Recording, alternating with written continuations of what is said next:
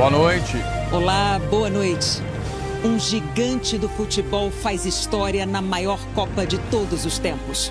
Cristiano Ronaldo se torna o primeiro jogador a fazer gol em 6 edições de Copa do Mundo. Portugal acorda com uma goleada sobre o Uzbequistão 5-0. A Inglaterra de Harry Kane fica no 0-0 contra a Gana. Recorde atrás de recorde esquenta a disputa pela artilharia. A segunda rodada nem terminou e as estrelas brilham com muitos gols. Amanhã tem Brasil e Escócia. Terceiro jogo e uma grande dúvida. Quem vai substituir Rafinha no ataque da seleção? Veja também, a Justiça do Maranhão condena a mulher que matou 2 irmãos com um ovo de Páscoa envenenado. A ONU anuncia uma mega operação para retirar 11 mil marinheiros do Estreito de Hormuz. E a França entra em alerta com o calor extremo, 43 graus. O Jornal Nacional está começando. Olá, boa noite. A seleção brasileira está a caminho da Flórida, onde joga amanhã contra a Escócia. O voo atrasou muito por causa do mau tempo em Nova Jersey. A Karine Alves está lá no hotel em que a seleção vai ficar hospedada e a gente vai conversar com ela. Daqui a pouco eu vou conversar com a Karine. Vamos ver, a gente teve um problema no sinal dela, mas o repórter Felipe Brizola acompanhou hoje o último treino da seleção antes da viagem para a Flórida. Vamos ver. É um local sempre muito disputado por fotógrafos e jornalistas. O corredor por onde passam os jogadores a caminho do treino. E hoje estava todo mundo de olho nessa cena. Alisson, tranquilo, em direção ao campo. Se ontem ele fez trabalhos internos na academia e não apareceu no gramado, a presença dele no treino de véspera da partida é o sinal de que o goleiro titular do Brasil vai para o jogo. E foi o terceiro dia seguido com o Neymar trabalhando sem limitações. Mostrou até disposição para marcar e recebeu a aprovação de Casimiro, que está acostumado com essa função. O atacante deve ficar como opção no banco de reservas. E no lugar de Rafinha, que se machucou contra o Haiti, são muitos os candidatos pedindo uma chance, como Endrick, Ryan, Luiz Henrique, Gabriel Martinelli. Além da possibilidade de enfrentar um adversário em tese mais fraco na próxima fase, a seleção brasileira quer muito esse primeiro lugar no grupo para manter essa estrutura pelo maior tempo possível. Com certeza a gente quer ir lá em Miami ganhar o jogo para nos classificarmos em primeiro, para continuar aqui no hotel aqui, com todas as facilidades que a gente tem aqui, é muito melhor. Se a gente classificar em segundo, a gente tem que ir para o México, acaba mudando um pouco a programação. São muitos motivos para querer vencer a Escócia, seguir um caminho mais confortável na Copa e em Nova Jersey, a casa da seleção nos Estados Unidos. O Pedro Bassan e o Denilson estão lá no estádio de Miami. Eu vou dar boa noite aos dois. Olá. Denilson, desvenda um mistério pra gente, Denilson. Quem vai substituir o Rafinha? Boa noite, Renata. Boa noite, Brasil. Boa noite, Pedro Bassan. Primeiro, um prazer estar trabalhando com você. Bom, Renata, respondendo a tua pergunta, eu imagino que seja Luiz Henrique, o substituto do Rafinha, para ele não mudar a configuração do que foi o último jogo, com o Matheus Cunha mais avançado, como referência no sistema ofensivo. Apesar de ele ter contado com o Ryan no último jogo, o Ryan, na minha opinião, vai ficar como opção para um segundo tempo. Denilson, e a Escócia também vem forte aí, eles têm bons jogadores, principalmente o Scott McTominay, que é jogador do Napoli da Itália, um jogador de muito destaque. O Brasil tem que se preocupar com ele, com mais alguém nesse time? Tem que se preocupar no modo geral com o time todo. Ele se destacou na última temporada no futebol italiano, um jogador competitivo, é a grande referência do time da Escócia, mas é um time que compete muito, não significa que joga bem, mas a Escócia compete e isso dentro de uma Copa do Mundo é perigoso. E a Escócia está habilitada a passar pela primeira vez da primeira fase de uma Copa do Mundo, quer dizer, deve vir com tudo para querer se classificar bem, né, Denilson? Exatamente, vem de uma vitória, de um jogo que perde, então entra nesse jogo contra o Brasil com a possibilidade de classificação e isso torna o jogo mais perigoso para a seleção brasileira. Renata, nunca é fácil, né? Time competitivo e olho aí no Scott McTominay. Agora conta pra gente, Bassan, qual é a programação da seleção amanhã? Bom, os jogadores devem chegar um pouco cansados, né, com esse atraso do voo, mas o Brasil tem seguido uma rotina antes de todos os jogos e essa rotina não deve mudar amanhã aqui na Flórida. Os jogadores, pela manhã, costumam fazer o que se chama de ativação, que é uma série bem leve de exercícios para acordar o corpo. Eles descansam um pouquinho, depois tem as refeições, o almoço e um lanche. E mais ou menos umas 2h30 antes do início do jogo, vem a preleção do técnico Carlo Ancelotti. É aí que ele passa as instruções para o time, que ele descreve como joga a Escócia e principalmente passa a escalação. Até os jogadores só ficam sabendo logo antes do jogo quem vai entrar em campo. Renata. Obrigada, Pedro. Beijo, Denilson. Quem tem outras informações sobre a seleção é o Carlos Gil. Boa noite, Gil. Oi, Renata, tudo bem? Boa noite para você, boa noite para todo mundo. Estou aqui também no estádio de Miami, no outro ponto, nesse estádio onde a seleção brasileira vai escrever seu destino, traçar seu caminho nessa Copa do Mundo, né? A gente viu na reportagem do Felipe Brizola essa preferência por ser o primeiro do grupo, que vai além de vencer o grupo, que é muito importante também, tem toda uma questão logística. O Brasil já jogou nesse estádio aqui 3 vezes, foram 3 amistosos, em 2013, 2014 e a última vez em 2019, com 2 vitórias e 1 empate. E o Neymar já fez 2 gols jogando aqui em Miami. O Neymar que amanhã vai estar no banco de reserva já recuperado de contusão.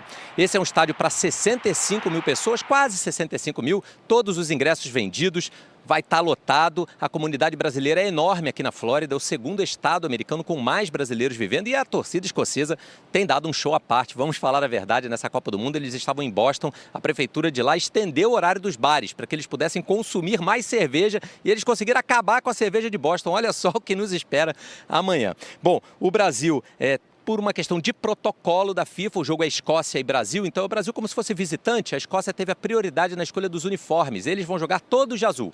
E o Brasil vai jogar camisa amarela, calção branco e meia branca, parece uma combinação um pouco incomum, mas a seleção já fez isso algumas vezes em outras Copas do Mundo. E para encerrar, o Rafinha, que está fora do jogo machucado, ele publicou nas redes sociais uma carta de apoio aos companheiros e ele assina no fim assim, ó, sigo firme. E a gente também segue firme aqui na torcida pela recuperação do atacante, Renata.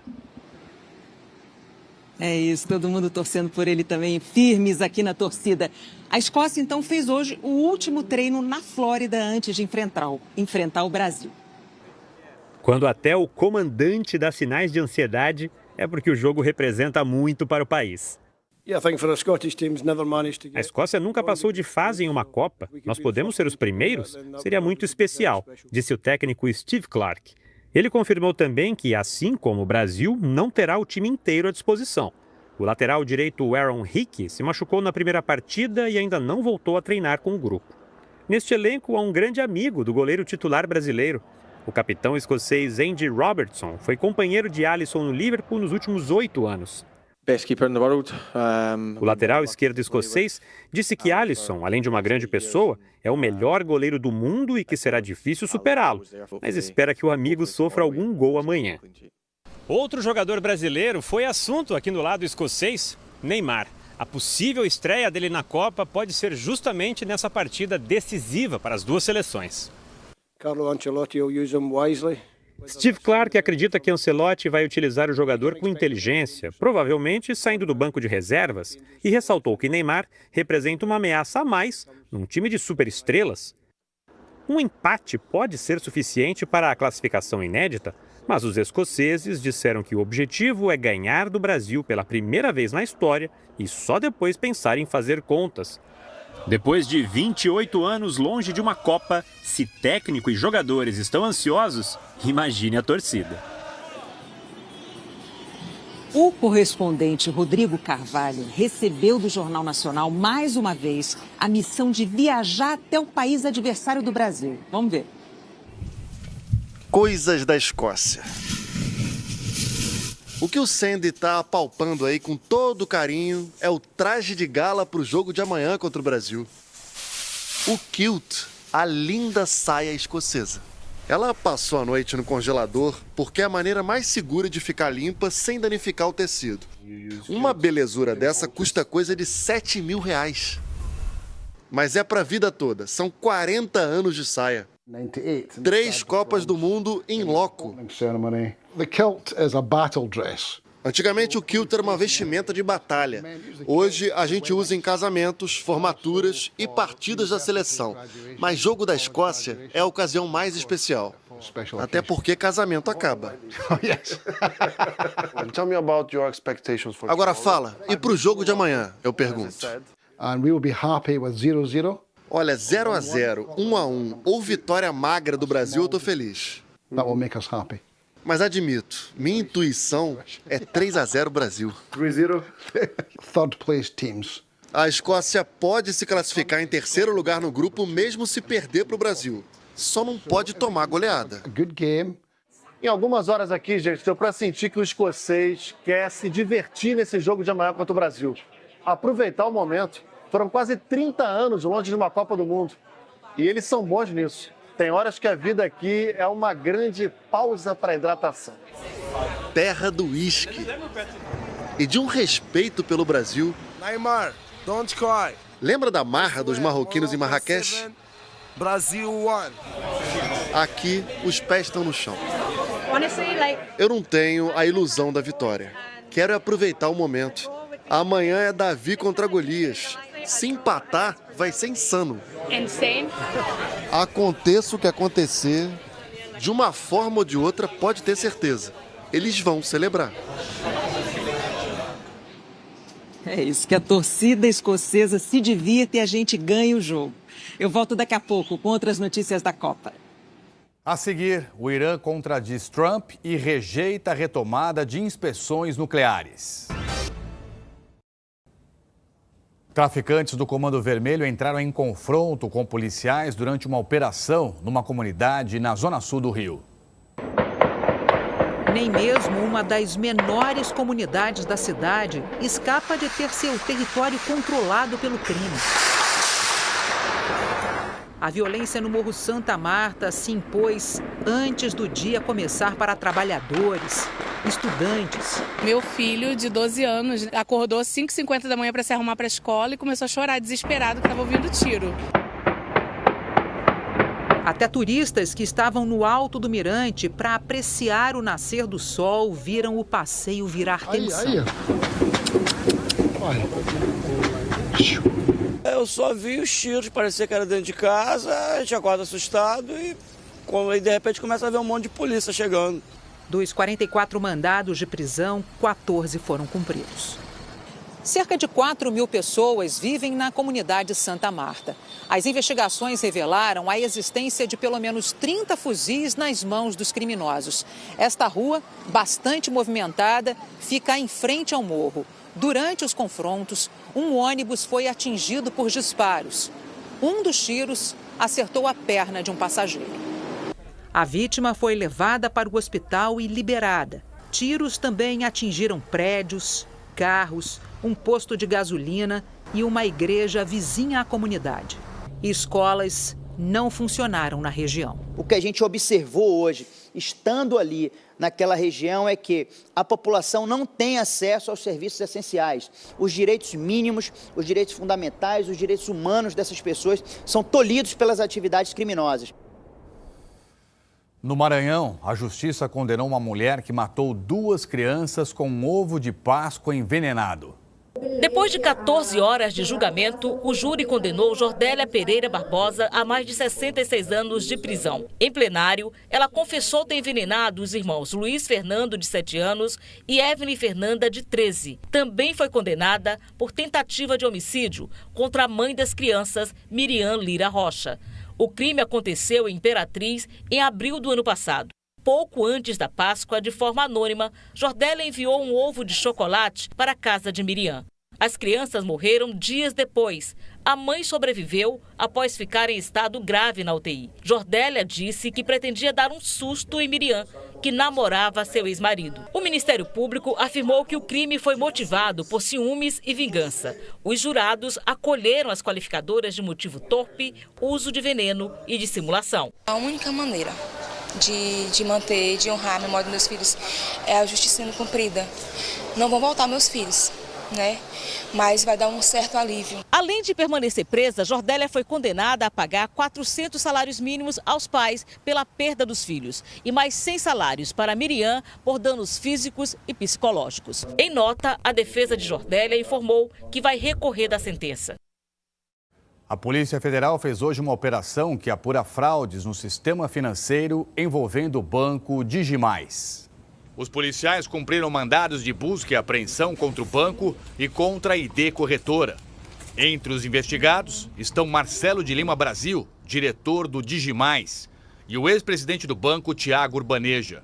A Justiça determinou a quebra dos sigilos bancário e fiscal, incluindo o de Edir Macedo, que controla a holding dona do banco. Determinou também o sequestro de bens dos investigados, num total de mais de 670 milhões de reais. A ID Corretora declarou que vai comprovar a lisura das operações. O Digimais diz que está à disposição das autoridades e que reafirma o compromisso do banco com a transparência e também conformidade regulatória. A defesa de Edir Macedo declarou que não teve acesso aos autos e que não vai comentar o caso por se tratar de uma instituição financeira. Nós procuramos os outros citados, mas ainda não tivemos resposta. A Receita Federal abriu hoje a consulta ao segundo lote de restituição do Imposto de Renda 2026. Este QR Code aqui do lado leva você para uma reportagem do G1 com todos os detalhes. São mais de 9 milhões e meio de contribuintes contemplados, o maior lote da história. A Receita vai pagar um total de 16 bilhões de reais no dia 30 deste mês, terça-feira que vem. Depois de firmarem uma trégua, Irã e Estados Unidos agora travam uma guerra de versões sobre as negociações de paz. À medida em que as discussões avançam, aparecem também as divergências. Dois lados da mesma história. Em Genebra, questionei o embaixador iraniano na ONU sobre a versão americana de que o Irã já teria concordado com a volta dos inspetores da Agência Internacional de Energia Atômica. Ali Bahreini, que participou das negociações de paz aqui na Suíça, respondeu que o assunto sequer foi discutido. No, there hasn't been such a decision or even such a discussion. O presidente dos Estados Unidos rebateu. Donald Trump disse que se o Irã não tivesse concordado com as inspeções, cancelaria as reuniões agora mesmo. And if they were right, I'd cancel the meetings right now. Outro ponto de divergência é o destino dos ativos iranianos congelados no exterior. A Casa Branca afirma que o dinheiro que for liberado como parte das negociações será gerido pelos Estados Unidos e pelo Catar, e que o regime iraniano terá que usar os bilhões de dólares para comprar produtos agrícolas americanos. O embaixador Ali Bahreini disse que o Irã é o único país que vai decidir o que fazer com o dinheiro. Eu também questionei o embaixador iraniano sobre o Estreito de Hormuz. Ele confirmou que a rota está aberta, sem pedágios, mas não descartou a possibilidade de taxas depois dos 60 dias do acordo provisório. O secretário de Estado americano, Marco Rubio, rejeitou completamente a hipótese de cobrança. No country is allowed to charge tolls or fees on an international waterway. Enquanto seguem as incertezas, a Organização Marítima Internacional anunciou uma mega operação para ajudar a retirar 11 mil marinheiros de navios comerciais que tinham ficado bloqueados no estreito. A agência da ONU vai trabalhar com o governo de Omã para orientar as embarcações a saírem de lá em segurança. E Donald Trump sofreu uma derrota hoje. O Senado americano decidiu que se o presidente quiser continuar a guerra no Irã, precisa antes pedir autorização ao Congresso dos Estados Unidos. 4 senadores republicanos do partido de Trump se aliaram à oposição democrata e garantiram a aprovação do texto, que já tinha passado pela Câmara no começo do mês. O Departamento de Segurança Interna dos Estados Unidos vai permitir a entrada da seleção do Irã no país 2 dias antes da partida contra o Egito. Por causa da guerra dos Estados Unidos contra o Irã, a seleção iraniana foi forçada a ficar no México, mesmo com todos os jogos da primeira fase em território americano. Até agora, o time só tinha permissão para entrar nos Estados Unidos 36 horas antes de cada partida e precisava ir embora logo depois. No próximo jogo, em Seattle, contra o Egito, os iranianos ganharam mais um dia. O Departamento de Segurança Interna dos Estados Unidos declarou: Para o terceiro jogo da seleção iraniana no dia 26, o time recebeu autorização para entrar nos Estados Unidos 2 dias antes da partida. A seleção do Irã ainda deve deixar o país no dia em que o jogo terminar. As medidas gerais de segurança e os protocolos permanecem os mesmos. Um porta-voz do governo americano afirmou que fazia parte do planejamento observar os 2 primeiros jogos do Irã e que, se tudo corresse bem, dariam um dia extra à seleção agora por causa da viagem mais longa até a cidade de Seattle. Essa flexibilização não vale para outras partidas, caso o Irã avance na competição. Daqui a pouco, Cristiano Ronaldo é o primeiro jogador a fazer gol em 6 mundiais. E a disputa pela artilharia da Copa só aumenta. Cristiano Ronaldo alcançou uma marca histórica na goleada de Portugal sobre o Uzbequistão. Cristiano Ronaldo! O único jogador a fazer gols em 6 Copas do Mundo. Uma história que começou em 2006. Outro gol em 2010. Mais um em 2014, 4 em 2018, 1 em 2022, faltava a Copa de 2026. Aos 41 anos, Cristiano Ronaldo veio para essa Copa do Mundo em busca de recordes e de um título inédito para Portugal. Na estreia, decepcionou no empate com a República Democrática do Congo. Os torcedores esperavam por uma resposta do craque contra o Uzbequistão. E ela veio em grande estilo. Com 6 minutos, o astro fez o gol tão esperado.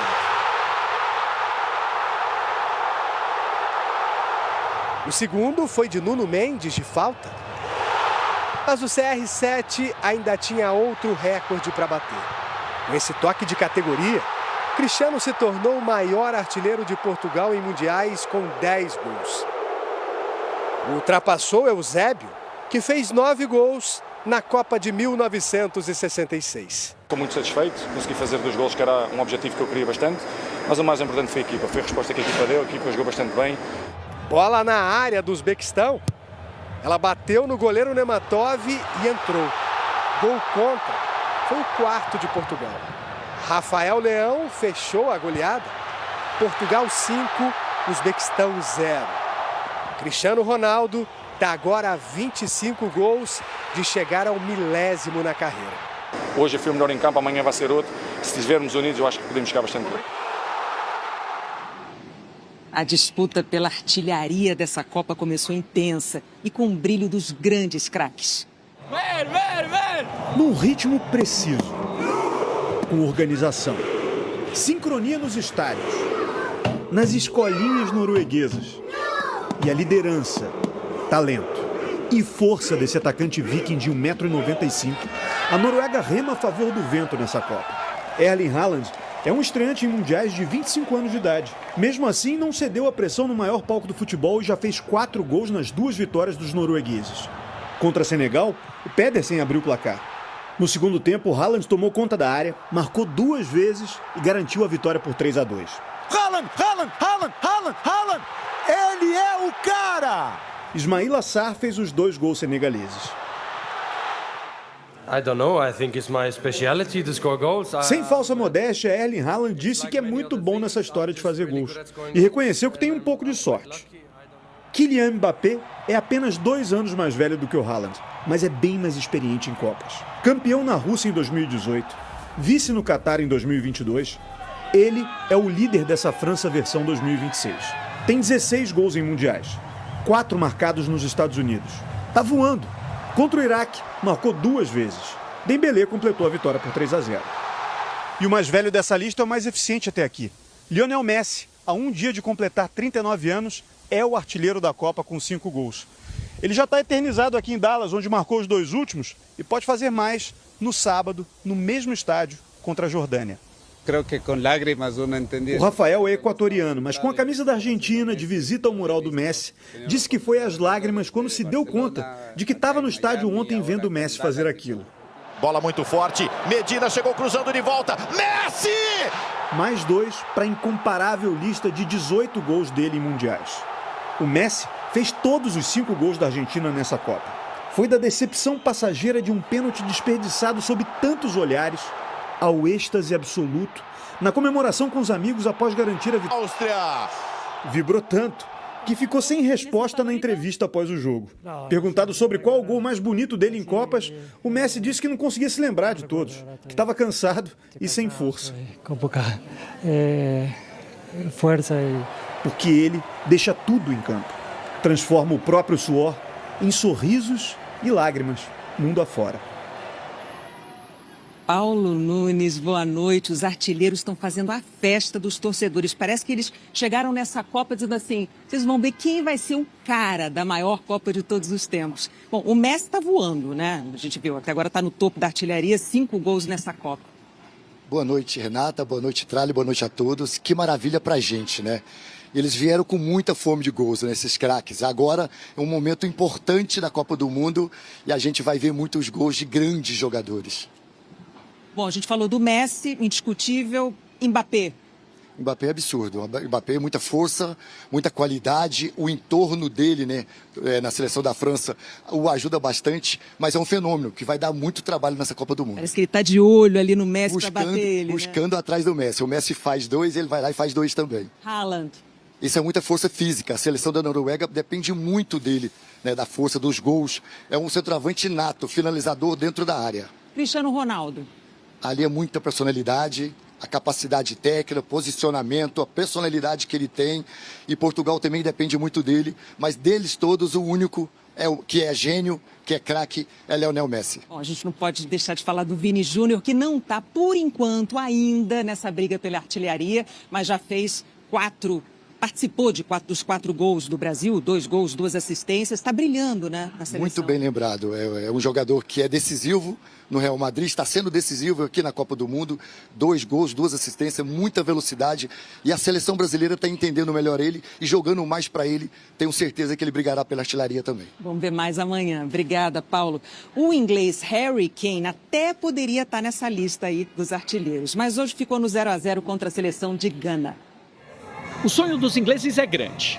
Está no coração de gerações diferentes do país que inventou o futebol e resumida em uma frase em inglês. Is it coming home? Of course. Yes. Está voltando para casa. Depois de 60 anos, os ingleses confiam que serão campeões do mundo pela 2ª vez.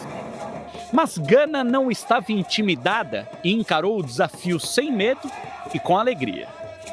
A confiança dos ingleses vem de um elenco liderado principalmente pelo capitão, camisa 9 e goleador Harry Kane, que fez 2 gols na estreia. Aplausos para ele, vaias para Thomas Partey. Ele está sendo investigado em 7 acusações de estupro na Inglaterra. Por isso, o Canadá não permitiu a entrada dele para o jogo de estreia de Gana.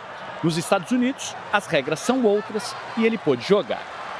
A vitória valia a classificação antecipada para a 2ª fase da Copa. Diante de um time tão forte, Gana não se envergonhou de jogar fechada na defesa.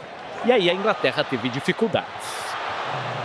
Chances, apenas 2, com Declan Rice. De cabeça, Rice pra fora! O jogo melhorou no 2º tempo, mas faltou aquilo que o torcedor inglês mais se orgulha neste time.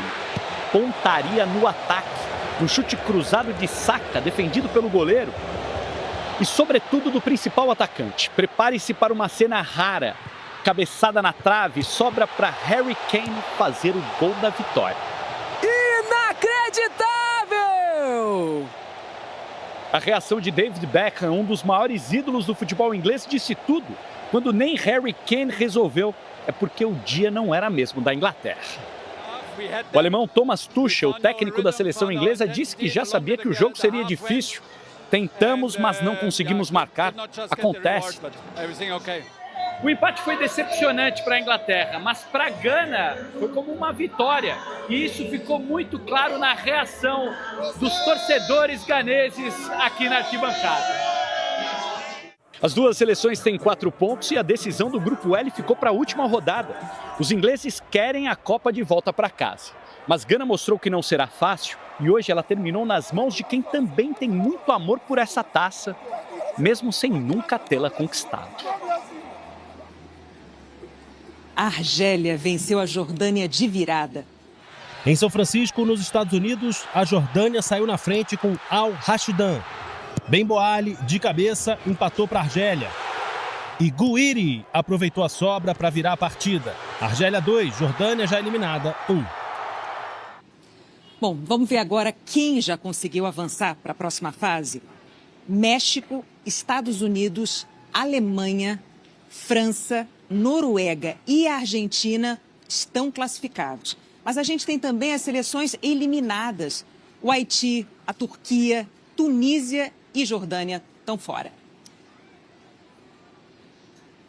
Daqui a pouco tem Colômbia e República Democrática do Congo pelo Grupo K. O André Galindo tem as informações do jogo.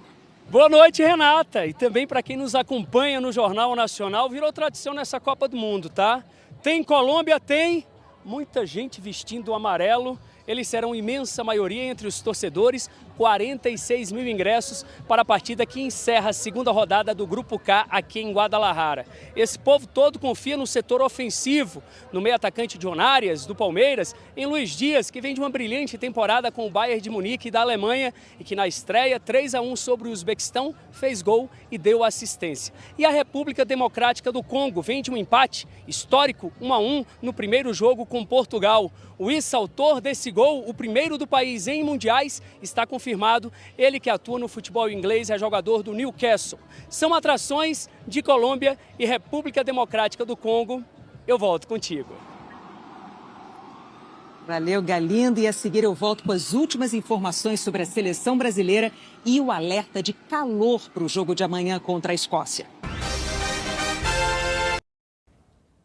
O Banco Central divulgou hoje a ata da reunião mais recente do Comitê de Política Monetária.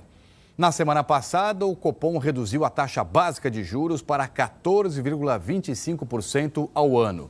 Mesmo com o corte, o comitê avaliou que o cenário piorou, com a inflação e a expectativa para os preços acima da meta. O Copom não indicou quais vão ser os próximos passos da política monetária. Vamos agora conversar com a Eliana Marques, porque tem alerta de frio e de temporais pelo Brasil. Eliana, temporal é sinal aí de redobrar a atenção, né? Boa noite. Exatamente, Trali. Boa noite para você e boa noite para você que está aqui com a gente no JN.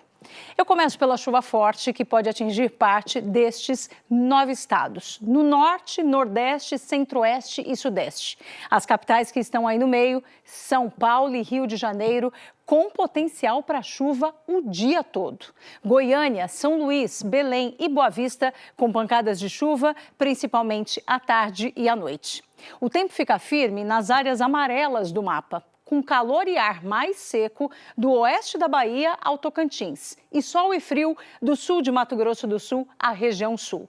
Porto Alegre e Curitiba devem ser as capitais mais geladas, com máximas de apenas 13 graus. São 20 graus a menos do que em Teresina, a capital mais quente. Rio Branco, Cuiabá e Campo Grande também tendem a registrar temperaturas bem abaixo da média do mês, com 23, 19 e 17 graus. No Rio, 24, em Florianópolis, 15, em São Paulo, só 14 graus. E de manhã faz frio também em Brasília e Vitória, mínimas de 15 e 16 graus. 16 também em Cuiabá. Em Belo Horizonte, São Paulo e Campo Grande, de 13 a 10 graus. Em Floripa, Curitiba e Porto Alegre, de 8 a 4 graus. E na capital gaúcha tem possibilidade de geada, assim como em toda esta área. Na Serra Catarinense, previsão de 8 graus negativos. E tem até risco de neve ou chuva congelada no extremo sul do país, na fronteira com o Uruguai. Vale para a próxima madrugada e também para amanhã cedo, Trali. Tá bom, Eliana. Nesses lugares aí que você mencionou, é importante então sair bem agasalhado amanhã de manhã. Boa noite e até amanhã. E olha, na Europa, o oposto. Na França, por exemplo, nunca fez tanto calor como hoje. Foi um recorde. Os termômetros bateram 43 graus em várias cidades. A Torre Eiffel teve que ser fechada em Paris. O Serviço de Meteorologia francês alertou que essa onda de calor vai ser comparável a agosto de 2003. Naquele ano, 70 mil pessoas morreram na Europa ao longo de 2 semanas de calor extremo. Reino Unido, Portugal, Espanha, Itália e Alemanha também estão em alerta máximo. O calorão também preocupa jogadores e torcedores aqui na Copa do Mundo. Não importa a camisa, aqui todo mundo é do time do suor. A parte mais importante do uniforme é qualquer acessório que refresque. Vale ventilador, leque, água. É a Copa mais quente dos últimos tempos. Um estudo do Imperial College de Londres identificou os 4 estádios mais quentes da Copa do Mundo, com jogos do Brasil em 3 deles na primeira fase.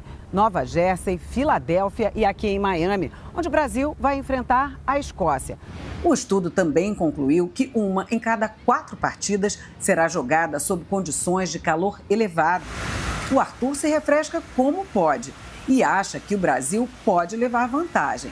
O calor vai ser 1-0 contra a gente, para os escoceses vai ser 10-0. Nesse momento está fazendo 38 graus aqui em Miami. E a FIFA montou essas áreas para o público se refrescar. São 30 ventiladores de cada lado. Só que na quarta-feira o calor pode ser ainda pior. É que além da temperatura, os pesquisadores também medem o impacto de uma combinação de fatores meteorológicos. É como calculamos a sensação térmica, levando em conta a temperatura, umidade, incidência do sol e vento, explica a professora de estudos climáticos Catherine Mack.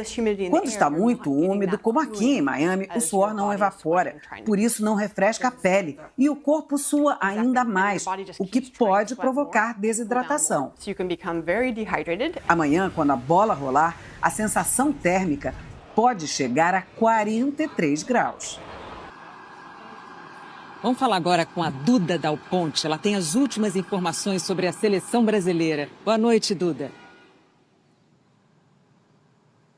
Oi, Renata, muito boa noite para você, boa noite a todos. A seleção brasileira pousou agora há pouco, às 9 da noite, no horário de Brasília, no aeroporto de Fort Lauderdale, que fica a mais ou menos 20 minutinhos aqui do estádio de Miami, palco da partida do jogo de amanhã contra a Escócia. O voo do Brasil estava previsto para decolar lá de Nova Jersey, que é a base da seleção brasileira nessa Copa do Mundo, às 3 horas da tarde no horário de Brasília, mas por conta do mau tempo atrasou quase 3 horas e decolou por volta de 6 da tarde. Agora, era para ter uma entrevista coletiva às 8h15 da noite, no horário de Brasília, com o Carlo Ancelotti, técnico da seleção, e também com o atacante Matheus Cunha. Mas por conta desse atraso, mudou. O Matheus Cunha vai seguir a programação dos jogadores da seleção e vai direto para o hotel da seleção, enquanto o Carlo Ancelotti vai sair lá do aeroporto e vem direto aqui para o estádio de Miami conversar com os jornalistas antes do dia do jogo. Renata. Bom, felizmente a seleção já está em solo em Miami. Obrigada pelas informações, Duda. Bom, depois de Quem Ama Cuida, tem Colômbia e República Democrática do Congo.